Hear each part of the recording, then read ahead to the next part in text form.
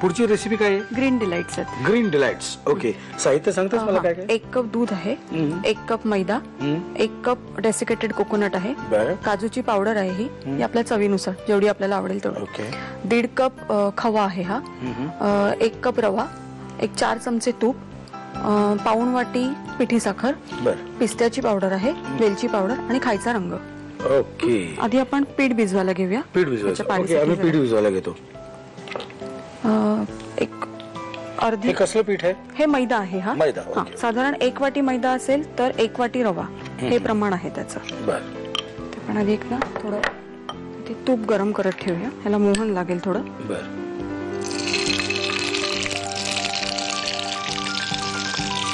रवा आहे. हा 1 वाटी मैदा असेल तर 1 वाटी रवा. त्याच्यामध्ये आपण खायचा रंग घालूया. हा, हिरवा रंग जेवढा हवा तेवढा. थोडंसं त्याला चोळून घेऊया. ग्रीन डिलाइट याचं कारण काय असं? व्हॉट इज डुइंग बाय म्हणजे त्याचं असं? ऍक्च्युली हा एक करंजीचाच प्रकार आहे थोडाफार. ओके. आणि आपण करंजीमध्ये नेहमीच शेंदरी रंग, पांढरा रंग वापरत असतो. म्हटलं थोडा वेगळा यावेळेला म्हणून ग्रीन कलर. कोणाची फाईन कोणाची आहे? नाही, असं करंजी सारखाच होता म्हणून तो आपला करता करता आला. आणि याला जरा समोशाचा आकार दिला. म्हणजे मुलीला समोसे फार आवडतात, तर असं समोशासारखा दिलं की हा किती आवडीने खाते. 2 चमचे तूप टाकूया. थोडं तूप, गरम तूप टाकलं की ते खुसखुशीत होतात थोडेसे. आणि हे दूध घालून हे पीठ भिजवून घ्यायचं. हे प्युअरली दुधामध्येच भिजवायचं पीठ. अरे वा, रंग आपोआप त्याचा. हो, आमचं मस्तपैकी मळून झालेलं आहे. आता काय करायचं पुढे? आता एका पॅन मध्ये मी थोडंसं तूप टाकलेलं आहे. त्याच्यामध्ये आपण पहिल्यांदा खवा घालूया. थोडं तूप टाकल्याने म्हणजे खवा चिकटणार नाही त्याला. सगळं घालू? हो, सगळं घाला. 1.5 वाटी खवा असेल तर त्याला 1 वाटी डेसिकेटेड कोकोनट लागतो. सगळं घातलं तरी चालेल.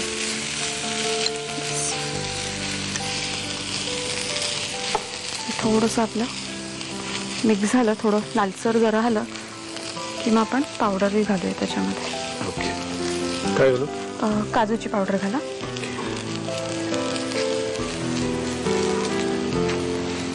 काजूची पावडर करणं हे जरा विचित्र वाटतं ना ऐकायला. काजूचे तुकडे घातले तर त्याच्यातून बाहेर येऊ शकते कदाचित. मुद्दा करेक्ट आहे तुझा. हा, पावडर घातली की ती कशी बाहेर येणार नाही त्याच्यातून. बस होईल. पिस्त्याची म्हणजे स्वाद तर असायला पाहिजे पण दिसतं का मला. वेलची पावडर.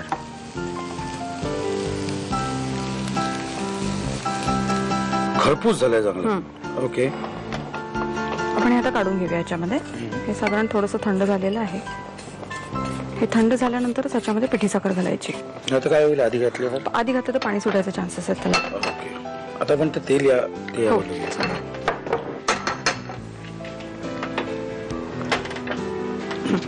आपण याच्यामध्ये पिठी साखर घालूया. आता पिठी साखर घालायची? हो. किती घालू? 1 पाऊण वाटी घालायचं. अच्छा, पाऊण वाटी.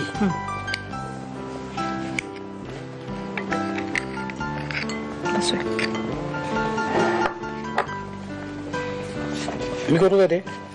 चालेल. साधी कामं मी करेन. याची पोळी लाटून घेऊया आता आधी. ओके.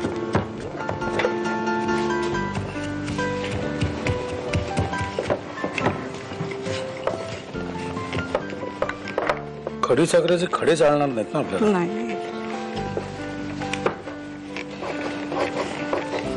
हे झालेलं आहे आपलं. आपण याला मध्ये कट करून घेऊया. जस्ट एक समोसा.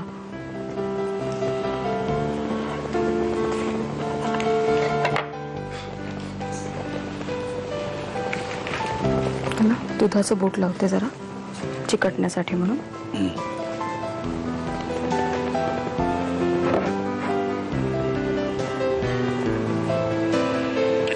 खडी साखरेचे जेवढे खडे होते ते सगळे फोडले. हे समोसासारखा याला आकार करायचा. आणि ह्याच्यात आपण आता हे मिश्रण भरूया.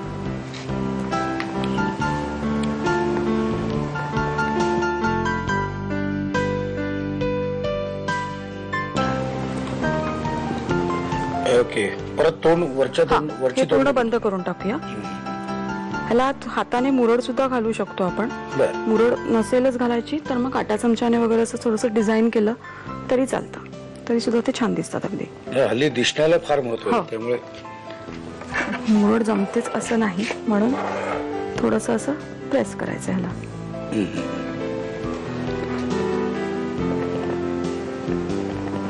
ओके. या पद्धतीने तळायला घेऊ. हो, मोठा करू. हो चालेल. हे अगदी लालसर नाही तळायचे, थोडेसे ब्राऊन झाला की लगेच काढायचा. आणि हा लाल होऊ शकत नाही. होऊच शकत नाही. एवढा लाल झाला तरी तो एकदम मग ग्रीन कलर त्याचा एवढा दिसत नाही, म्हणून. आणि हे कशाबरोबर काय? नाही, हा गोड पदार्थ आहे. हा असाच आपण करंजी टाईप, करंजा कशा करतो आपण तसं. हा बाहेर सुद्धा अगदी ह्या 2 दिवस 3 दिवस सुद्धा बाहेर टिकू शकतात, बरं. कारण खवा गरम केलेला आहे आणि डेसिकेटेड कोकोनट सुद्धा गरम केलेला आहे. म्हणजे टिकेल असं आहे. हा, टिकाऊ आहे. टिकाऊ आहे हा पदार्थ, टिकाऊ आहे.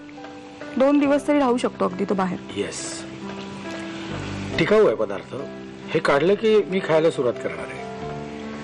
शिवा दरवेळी सांगावं लागतं. लिहून घ्या साहित्य आणि कृती.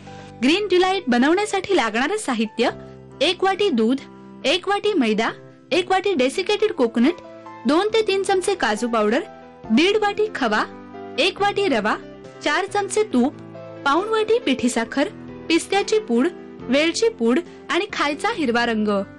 कृती: एका बाउल मध्ये मैदा घेऊन त्यामध्ये रवा, खायचा हिरवा रंग, तुपाचं मोहन आणि दूध घालून पीठ भिजवून घ्यावं. पॅन मध्ये तूप गरम करून त्यामध्ये खवा, डेसिकेटेड कोकोनट, काजू पावडर, पिस्ता पावडर आणि वेलची पावडर घालावी.